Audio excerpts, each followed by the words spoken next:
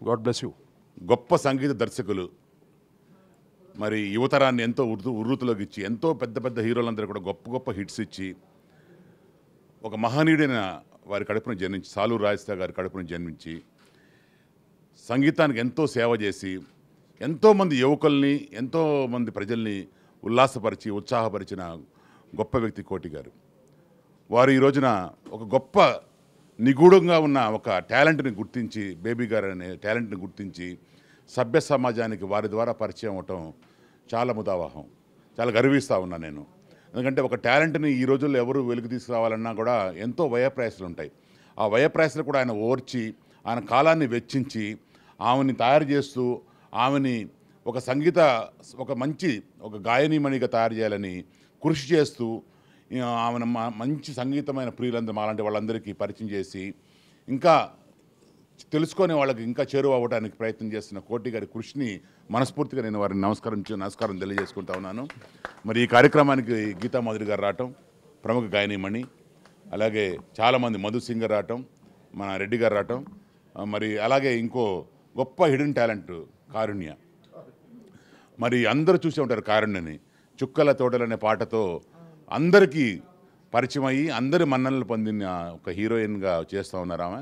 తనకు కూడా మనస్ఫూర్తిగా మంచి భవిష్యత్తు రావాలని, తను మంచి ఉన్నత శిఖరాలు ఎదగాలని కోరుకుంటున్నాను. అలాగే బేబీ గారు కూడా మంచి ఉన్నత శిఖరాలు ఎదిగి మరి కోటి గారి శిష్యరికంలో మంచి పేరు తెచ్చుకొని వారి పేరుకు తగ్గట్టుగానే వారి కృషికి తగ్గట్టుగా మీరు ఆయన బాటలో నడిచి మా అందరికీ గర్వం ఉండేలాగా మీరు చేస్తారని మనస్ఫూర్తిగా కోరుకుంటూ, మీకు ఆ భగవంతుడు మంచి ఆశీస్సులు ఇవ్వాలని కోటి గారికి మరొకసారి నా ప్రత్యేక కృతజ్ఞతలు తెలియజేసుకుంటూ ముగిస్తున్నాను. Thank you very much. అయ్యో, రంగంపేట మండలం ఒడిసిలేరండి. నేను ఆ పాట పాడతానని అసలు అనుకోలేదేమోనండి. అలా పాడతానని, నేను ఆ పాట అంత వైరల్గా మారుతుందని నేను పాడలేదండి. నేను బట్టలు ఉతికిన తర్వాత మా పక్కింటికి నేను బకెట్ పట్టుకుని వెళ్ళానండి. ఆ అమ్మాయి నాకు తెలియకుండానే ఈ పాట తీయడం, నేను కూర్చొని అలసిపోయి అలా కూర్చుని ఉన్నానండి. ఓ పాట పాడక్క, నువ్వు సినిమా పాటలు బాగా పాడతావని తెలిసిందో, పాట పాడని అమ్మాయి అడిగిందండి నన్ను. నేను కూర్చుని అలా అవలేలుగా మామూలుగా ఏదో అనుకోని రీతిగా పాడేశానండి. పాడితే అమ్మాయి వేరే వాళ్ళకి ఈ పాట చాలా బాగుంది చూడు వినని ఇంకొక అబ్బాయికి వేయడం, అబ్బాయి ఆ పాట వినడం, పాట అలా వేరే అలా అనుకుంటూ అలా అనుకుంటూ వెళ్ళిపోయిందంటండి. అది నాకు అసలు తెలియదండి. నేను ఎక్కడో హాస్పిటల్లో ఉన్నానండి. మా పాపకి బాబు అండి, హాస్పిటల్లో ఉన్నానండి. హాస్పిటల్లో ఉంటుండగా నాకు ఈ కబురు వచ్చిందండి, మీ పాట వైరల్గా అవుతుంది, నీకేమైనా తెలుస్తుందా అని అడిగారండి నన్ను. నాకేం తెలియదు అమ్మ, అదేంటి వైరల్ అవడం నాకేం తెలుసండి. బాబమ్మ, అవునమ్మా మీ అందరి సెలవు వల్ల నేను హైదరాబాద్కి, సార్ నన్ను ఫోన్లో ఫస్ట్ని ఒక ఛానల్ ద్వారాగా నాతో మాట్లాడడం, నువ్వు బోల్ బేబీ బోల్లో పాడమ్మా పాట, నేను ఛాన్స్ ఇస్తానన్నారండి. అది ఛాన్స్ కాకుండా ఇంత పెద్ద వాళ్ళతో పెద్ద సింగర్స్తో నేను నిలబడే స్థాయికి నన్ను సార్ ఇలా నిలబెట్టి నన్ను మాట్లాడిస్తున్నారంటే ఇదంతా దేవుని కృప, మీ పెద్దలందరి దయ. చిన్న అమ్మాయివైనా ముందు నువ్వు నీ దయ. నాకు కొన్ని మాటలంటే ఇక్కడికి వచ్చిన తర్వాత ఇంకా నేర్చుకున్నాను అనుకుంటున్నానండి. తర్వాత ఇంక మీ పెద్దలందరికీ నా ధన్యవాదాలండి. ఇంత ఆదరించి నన్ను మీలో ఒక్కరిని చేసుకున్నారండి. హైదరాబాద్ అంటే భయం అన్నారండి. మా ఊళ్ళో పల్లెటూరు నుంచి వెళ్తున్నాం, చాలా జాగ్రత్తగా ఉండాలి, అందరూ అలా ఉండరు, మంచిగా ఉండరు, అది పట్టణంలో అందరూ లెక్క చేయని స్థితిలో ఉంటారు అన్నట్టు మాట్లాడారండి. అందరూ దేవుళ్ళు దేవతల్లాగే కనిపిస్తున్నారండి నిజంగా. నిజమండి పల్లెటూరు అవునండి. అసలు నా బండి నేను అక్కడి నుంచి రావడం అండి భయంగా గుండె చేతుల్లో పెట్టుకుని వచ్చానండి. సిటీ అంటే అసలు ఎప్పుడు రంగంపేట, రాజమండ్రి తప్పితే ఎక్కడికి వెళ్ళలేదమ్మా నేను. మరి సార్ నన్ను ఇలా రమ్మని, హైదరాబాద్ రమ్మని క్షణం ఫోన్ చేస్తూ మమ్మల్ని పలానా చోటను దిగాలి, పలానా చోటను ఉండాలని, రూమ్లో దిగేదాకా నా గుండె నా చేతుల్లోనే ఉందమ్మా. భయపడుతూ ఉన్నానమ్మా. నువ్వు భయపడొద్దని సార్ తీసుకెళ్ళి నేర్పించేదాకా కూడా నేను అనుక్షణం భయపడుతూనే ఉన్నానమ్మా.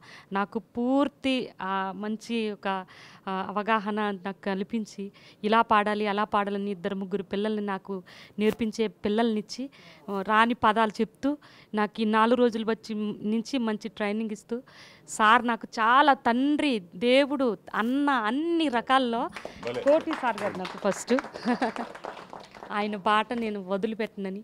నేను పాడతానో పాడలేనో, వస్తాదో రాదో నాకు తెలియదు కానమ్మా, మీ అందరినీ కలిసి సార్ నడిపించే బాటలో నడుస్తూ నాకు మంచి వస్తే తీసుకుంటాను, లేదనుకుంటే మా ఊరు నేను వెళ్ళిపోతానమ్మా.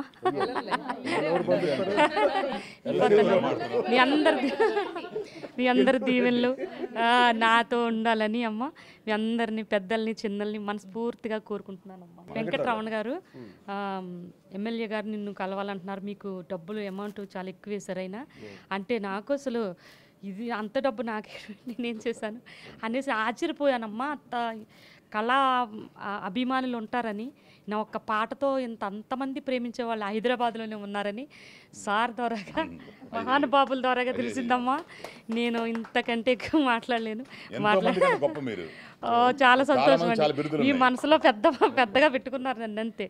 నేనైతే చిన్నదాన్ని, మట్టిలోంచి వచ్చానమ్మా, పొలం పని చేశాను.